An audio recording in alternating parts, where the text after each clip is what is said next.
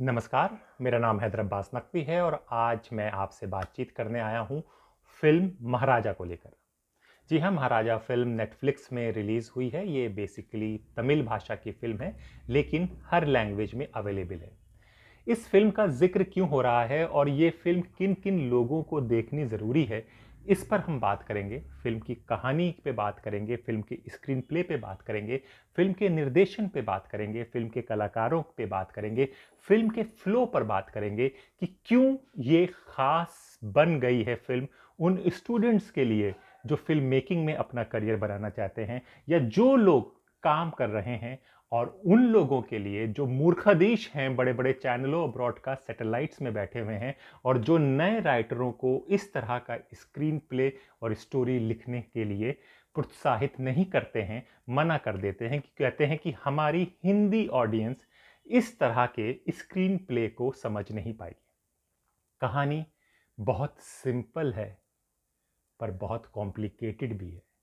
यहाँ पर जो मुख्य रोल आता है, मुख्य भूमिका जो आती है, वो मैं सारा श्रेय राइटर, डायरेक्टर को देना चाहूँगा, स्वामीनाथन, निलानी स्वामीनाथन को, जिन्होंने लिखा है और अपने लिखे को अपने निर्देशन से जस्टिफाई किया है।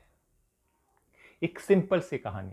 कहानी अगर देखी जाए तो ऐसी हज़ारों कहानियाँ हम लोग देख चुके हैं, लेकिन जो उसको पेश किया गया है, यानी कि जो उसकी प्रेज़ेंटेशन है, वो इतनी अलग है, इतनी ख़ास है कि और उसके निर्देशन को जिस तरह से किया गया है, प्रेज़ेंटेशंस भी यानी कि जो एलिमेंट यूज़ किए गए हैं, वहाँ पर यानी कि जो बोल रहा है और जो दिख रहा है, जिस तरह से कैरेक्टर अपनी कंप्लेन लिखाने आता है, जो हो रहा है वैसा आप कई बार देख चुके हैं। लेकिन जब उसको परोस कर एक प्लेट में पेश किया जाता है, तो वो खूबसूरत व्यंजन दिखता है। तो उसी तरह से ये इतनी खूबसूरत कहानी महाराजा आपको दिख रही है। दूसरी महाराज थी जिसकी बहुत ही आलोचना है, उस पर हम लोग बात नहीं करेंगे क्योंकि वो पूरा प्रॉपर टाइम वेस्ट है।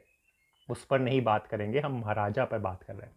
कहानी पे थोड़ा-सा बात कर लें, कहानी बतानी चाहिए, आप देखेंगे तो आपको पता होगा और हम क्यों इस पर बात कर रहे हैं, जैसा मैंने बताया है। कहानी एक सैलून से शुरू होती है। एक आदमी है जिसका नाम महाराजा है और वो बाल काटता है। अपने परिवार से प्यार करता है, बहुत ही कॉमन सा चीज़ है और उसी बात से और उस दिन उसको अपने घर जाना था क्योंकि उसकी बीवी ने बुलाया था। यहाँ पर कहानी चल रही है, आपके वो घर जाता है, घर में वो पत्नी कहती है कि उसके लिए कुछ खिलौना लाना चाहिए, तो हम देखते हैं कि वो एक दुकान पर है, दुकान पे पत्नी का घर उस तरफ है, वो खिलौना दिखाता है, पत्नी मना कर देती है, फिर एक खिलौना और पसंद करता है, फिर पत्नी मना कर देती है, फिर एक टेडी बियर पसंद किया जाता है, पत्नी उसे हाँ कर देती है। ये इस तरफ दुकान है और उस तरफ घर है। बहुत अच्छा सिनेमेटोग्राफी है, जब कहानी खुलती है तो आपको पता चलता है। तो वहाँ पर टेडी बियर को किया जाता है और वहीं पर वो अपनी पत्नी से मोहब्बत दिखाने के लिए कम बोलने वाला आदमी एक बहुत अच्छी सी स्टैचू जिसमें पति पत्नी मोहब्बत का निशानी एक दूसरे का उसको लेता है। तो दुकानदार ये बार बार देखता है कि हर चीज़ के लिए अपनी पत्नी से पूछता है, तो कहता है कि इसको भी अपनी पत्नी से पूछ लो। तो वो हल्के से जवाब देता है, बहुत ही अच्छा रोमांस और जो आपको सब कुछ समझ में आएगा, नहीं, वो मान जाएगी, वो इसको ये अच्छा लगेगा।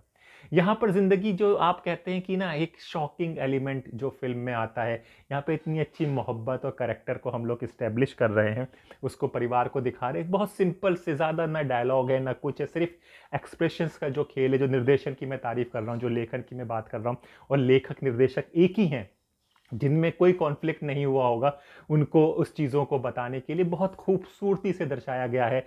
सिर्फ़ एक्सप्रेशंस के साथ उस चीज़ों की मोहब्बत को दिखाई गई है। बच्ची को वो चीज़ अच्छी लगी है, बच्ची के साथ वो कैरेक्टर को दिखाया गया है और इतना सब कुछ हो रहा है, ऑडियंस अभी इस कैरेक्टर के साथ जुड़ी हुई है, तभी एक शॉकिंग एलिमेंट आता है। एक ट्रक, बेकाबू ट्रक घर के अंदर घुस जाता है। देखिए, जो बेकाबू ट्रक घर के अंदर घुस जाता है, ऐसा गांव देहातों में कई जगह होता है। तो जो चीजें ली गई हैं उस स्क्रीन प्ले में, जो चीजें वो बताई गई हैं उस कहानी में, वो एकदम रियलिस्टिक होता है। इसीलिए ऑडियंस जुड़ती है, उनको लगता है कि हाँ, ऐसा तो हमने पहले देखा है, हाँ, ऐसा तो हमने पहले कहीं जाना है, सुना है। तो वही चीजें होती हैं और यहां से कहानी हमारी और आगे चली जाती है 10 साल पहले। अब यहाँ पे क्या होता है ना, साउथ की फिल्म्स में हम लोग कैरेक्टर इंट्रोड्यूस करते हैं और जो भी कैरेक्टर इंट्रोड्यूस करते हैं वो बहुत इंपॉर्टेंट कैरेक्टर होता है। इसी बीच में हम वो दिखाते हैं कि एक वर्कशॉप के अंदर एक गुंडा टाइप का आदमी आता है, वो उस चीज़ों पे होती है, लड़ाई होती है, झगड़ा होता है और वो उसका चश्मा खो गया होता है। वो कहता है कि ये पार्षद होता है, पार्षद दिखाता है कि मेरा चश्मा था मेरी गाड़ी के अंदर और सर्विस लेने में आया था, तो ये चश्मा नहीं मिल रहा मेरा। तो वो कहता है, जिसका मैनेजर होता है, कि भाई ये सर्विस इसकी एक आदमी ने की थी, वो अभी आएगा तो हम लोग उसे बता देंगे। तो हमें वो आदमी आ जाता है जो सर्विस लेने गया होता है, तो पता चलता है कि वो कुछ टाइम पहले ही जेल से छूटा हुआ था, तो उस पर गुस्सा होता है, कहते हैं मेरा चश्मा वापस कर दे। कहते हैं कि अच्छा वापस कर देंगे। फिर वहाँ पर ये जाते हैं, एक क्लब में होता है जहाँ पर वो बैठा होता है और वहाँ पर वो जाकर उस आदमी को मारता है, जिसका जो पार्षद होता है, जिसको इसने वर्कशॉप के अंदर मारा होता है। ये कहानी का एक हिस्सा होता है। अब लोग सोचेंगे कि ये बीच में क्यों इंट्रोड्यूस किया गया है, इससे सब कुछ जुड़ते हुए चले जाते हैं। और इधर 15 साल के बाद हम लोग देखते हैं कि वो एक खाली जगह पर, यानी कि जहाँ पर अपना जो ये महाराजा आदमी था, इसने एक घर लिया हुआ है खाली जगह पर। खाली जगह के में आगे खेत वेत हैं, पीछे सोसाइटीज हैं, बिल्डिंगें दिखती हैं, लेकिन जो एरिया है वो एक अलग सा खाली सा है। वो चीज़ें भी बताने के लिए एक दर्शकों को समझ में आएंगी कि क्यों शायद इसके घर में पहला वो एक्सीडेंट हुआ था जहाँ पे ट्रक बेकाबू हो गया था, आगे इस तरह से ना आए, अपनी बच्ची को प्रोटेक्ट करने के लिए। अपनी बच्ची को प्रोटेक्ट करने के लिए इसने इस जगह पे घर लिया है, जो एकदम जस्टिफाई करता है। वहीं पर ना एक डस्टबिन होता है जिससे लिखा होता है यूज मी, एल्युमिनियम का बना होता है और इसका नाम होता है लक्ष्मी। अब यहाँ पे डायरेक्शन के फिर बड़ी खूबसूरत आता है कि ये लक्ष्मी कौन है। तो ये लड़की जो बड़ी बच्ची जो हम लोगों ने पहले सीन में देखा होता है, जो शायद बच जाती है वहाँ पर, तो वो लड़की होती है। वो लड़की बोलती है कि ये लक्ष्मी एक कूड़े का वो है, ये इसलिए इसका नाम लक्ष्मी रखा मेरे पापा ने, क्योंकि जब एक्सीडेंट हुआ था सब लोग मर गए थे, तो मुझे इस लक्ष्मी ने बचाया था। तो इससे एक अटैचमेंट दिखाया गया है, इस अटैचमेंट को इस्टेब्लिश कर दिया है कि ये बहुत इंपॉर्टेंट है इस महाराजा के लिए, क्योंकि ये चीज़ फिर आगे चलकर कहानी में बहुत अच्छी तरह से जुड़ने वाली थी, जोड़ी भी गई है बहुत ही खूबसूरत तरीके से कि लोग यकीन करेंगे यहाँ पर। ठीक है, फिर ये लड़की का बहुत अच्छी स्पोर्ट्स में होती है, पढ़ाई लिखाई में होती नहीं है, होती तो स्पोर्ट्स टीचर्स इसको पसंद करती हैं। इसे पसंद करने के लिए ये एक नेशनल लेवल का गेम खेलने के लिए अपने गांव, अपनी जगह से दूर जाती है 3-4 दिन के लिए। ये 3-4 दिन के लिए जो जाती है, तो बीच में फ़ोन कॉल पे इनकी बातें होती रहती हैं। तो वहाँ पे कोई एक और इमोशनल इंसिडेंट को जोड़ा जाता है कि इसके शूज़ कोई दूसरी लड़की पहन के चली जाती है, तो एक ह्यूमैनिटी एंगल दिखाने के लिए तो ये जूते उसको दे देती है और अपने बाप से एक नए जूते की मांग करती है। ये सी चीज़ें चल रही हैं। हम देखते हैं यहाँ पर कि ये आदमी उसी तरह से आता है, घर पे आता है।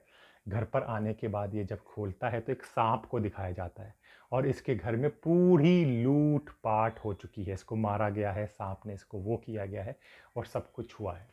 यहाँ पर ये सब चीज़ें चल रही होती हैं, उधर हम लोग एक चीज़ें देख लेते हैं। अब यहाँ पे जो डायरेक्शंस और जो स्क्रिप्टिंग का कमाल है, वो आपको देखने को मिलेगा और समझने के लिए मिलेगा। और ये जो चीज़ मैं बात बार बार बोल रहा हूँ कि जो स्क्रीन प्ले, हमारे यहाँ भी राइटर हैं हिंदी सिनेमा में, जैसे मेरे कई राइटरों के साथ ताल्लुकात हैं, हम इस तरह के स्टोरी स्क्रीन प्ले लेकर जाया करते थे। लेकिन यहाँ पे चैनलों में जो बैठे हुए लोग हैं वो कहते हैं हमारी ऑडियंस इस तरह से नहीं है। क्यों नहीं आती है? मैं कहानी को यहीं पर रोकूंगा क्योंकि कहानी इंटरेस्टिंग है। मैं नहीं चाहता कि किसी लेखक के काम को मैं यूँ पूरी तरह से स्टोरी आपको बता दूं जिससे आप लोग ना देखें। आप ज़रूर देखिए तो आप कुछ समझेंगे कि फ्लैशबैक और रियल टाइम, यानी कि पास्ट और प्रेजेंट को का जो जोड़ा है वो बहुत ही खूबसूरत से होता है। तो एक बहुत इंपॉर्टेंट पॉइंट होता है कट पॉइंट, यानी कि आपको as a director, as a निर्देशक, आपको ये पता होना चाहिए कि कहाँ पर कट बोलना है और कहाँ से दूसरा सीन शुरू होना है। तो ये जो चीज़ें आप लोग देखोगे, तो ये एज ए स्टूडेंट और एज ए लेखक, एज ए डायरेक्टर आपके लिए बहुत इंपॉर्टेंट है। कहाँ पे उसने छोड़ी है कहानी, कट बोली है, और कहाँ से उसने इन किया है। ये एक खूबसूरत सा समावेश है जो आप लोग उसमें देखने को मिलेगा कि पास्ट प्रेजेंट को किस तरह से जोड़ा है, एक इमोशनल कनेक्ट को किस तरह से लेके गए हैं। कई बार इस तरह की स्टोरीज बनती हैं, चीज़ें आती हैं, लेकिन जब एक पूरा एक साथ बनाकर जब निकल कर आया है तो महाराजा वाकई में बहुत काबिल तारीफ है। सारे एक्टर, विजय सेतुपति बहुत ही अच्छे एक्टर हैं, बहुत अच्छे, हमने उनको कई जगह पे देखा है, उन्होंने पूरा जस्टिफाइड किया है। Anurag Kashyap as a director अच्छे हैं, लेकिन मुझे उनका काम कभी भी पसंद नहीं आया। इसमें उन्होंने 100% तो नहीं, लेकिन करेक्टर के साथ 30% का उन्होंने जस्टिफाई किया है। लेकिन आखिरी में जिस तरह से क्लाइमैक्स सीन में, मुझे नहीं लगता कि वो खुद कैसे ऐसे घटिया एक्टिंग कर लेते हैं और लोगों को कैसे अच्छा निर्देशन बता सकते हैं। वो बहुत ही ज़्यादा मेलो ड्रामा था। साउथ में होता है ड्रामा ज़्यादा होता है, लेकिन वहीं पर हम अगर विजय सेतुपति को देखेंगे तो उसने एक बैलेंस्ड एक्टिंग की है, शुरू से लेके आखिरी तक उसका ग्राफ बड़ा है।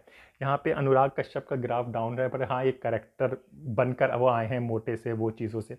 अनुराग कश्यप चोर होते हैं बेसिकली, आपको बता दूं, चोरी करते थे, साथ में इलेक्ट्रिकल दुकान थी। कहानी 15 साल आगे और 15 साल पीछे जाती है, और पर 15 साल का जो आगे पीछे का है, जब वो जुड़ती है ना, तो वो आपको कहानी एकदम सच्ची दिखने लगती है, एकदम सही दिखने लगती है, और समझ में आता है कि क्या हुआ था, क्या नहीं हुआ था। कुछ भी बताने की ज़रूरत नहीं थी, यानी कि ऐसे कोई नरेटर नहीं आया था। यानी कि अगर हम हिंदी सिनेमा या हिंदी टीवी का तो हाल ही छोड़ दिए, वहाँ पर तो बहुत ही अजीब ही तरह के लोगों को तो समझ में भी नहीं आता कि इस तरह की कहानी हम कई बार लेके भी जाएंगे तो वो समझ भी नहीं आएगा, कि हमारी ऑडियंस को समझ में नहीं आएगा कि अगर इतना हम इन आउट कर रहे हैं। लेकिन जो इस फिल्म में स्वामीनाथन ने जो करके दिखाया है वो वाकई ही बहुत ही कमाल की चीज़ है। एक बार ज़रूर देखिए महाराजा। और क्योंकि अगर इस तरह के प्लेटफॉर्म्स, इस तरह के एक्सपेरिमेंट अगर टीवी और वो सब नहीं ले पाते हमारे लेखकों को, उसका एक कारण और भी है कि उन्हें अपनी प्रतिभा, यानी कि राइटरों को अपनी प्रतिभा दिखाने के लिए कोई ऐसा प्लेटफॉर्म नहीं है। स्टोरी वो सीधे प्रोड्यूसर को सुनाते हैं, चैनल तक पहुंच नहीं पाते, वो चीज़ें होती हैं।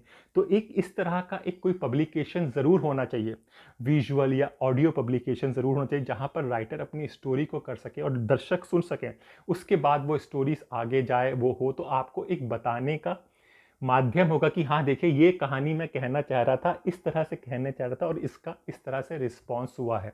तो इस तरह के अगर कुछ प्लेटफॉर्म डेवलप होते हैं ऑडियो पब्लिकेशंस टाइप के, तो राइटरों के लिए बहुत ही अच्छी बात है, जिसमें वो अपने आइडिया को स्टोरी फॉर्म में अपने आइडिया को बता सकें किसी अच्छे कथावाचक के थ्रू। तो महाराजा की कहानी मैं पूरी नहीं बता रहा, मैं बीच में, कहानी बहुत ही इंटरेस्टिंग है। मैंने बताया है आपको कि फ्लैशबैक और करंट सिचुएशंस को जोड़ते हुए कहानी को क्या है। कैरेक्टर का ग्राफ बहुत अच्छी तरह से, चाहे डार्क है थोड़ी सी, बहुत फैमिली के लिए साथ नहीं देखें, लेकिन वो डार्क एक हकीकत है हमारे इस देश की, हमारी दुनिया की, हमारे समाज की। सिनेमा वही दिखाता है जो हमारे समाज में चल रहा होता है, ऐसा कई जगह हुआ है, और ऐसा रुकेगा तभी होगा जब हमारा समाज बदलेगा। लेकिन मेरा कहना है कि महाराजा आप ज़रूर देखें, लेकिन गलती से महाराज मत देख लीजिएगा। महाराजा तमिल की फिल्म है, हिंदी भाषा में अवेलेबल है, 20 करोड़ के बजट में बनी थी, और बहुत ही शानदार फिल्म है सबके लिए। इसी तरह से कहानी कहानी हमारे साथ कैसे जुड़ी है, कहानी इंडस्ट्री के साथ कैसे जुड़ी है, और लेखक डायरेक्टर किस तरह से कहानियों को पेश करें, परोसें, इसके बारे में मैं आपको बताता रहूँगा। तब तक के लिए अपने दोस्त हैदर नकवी को इजाज़त दीजिए। नमस्कार।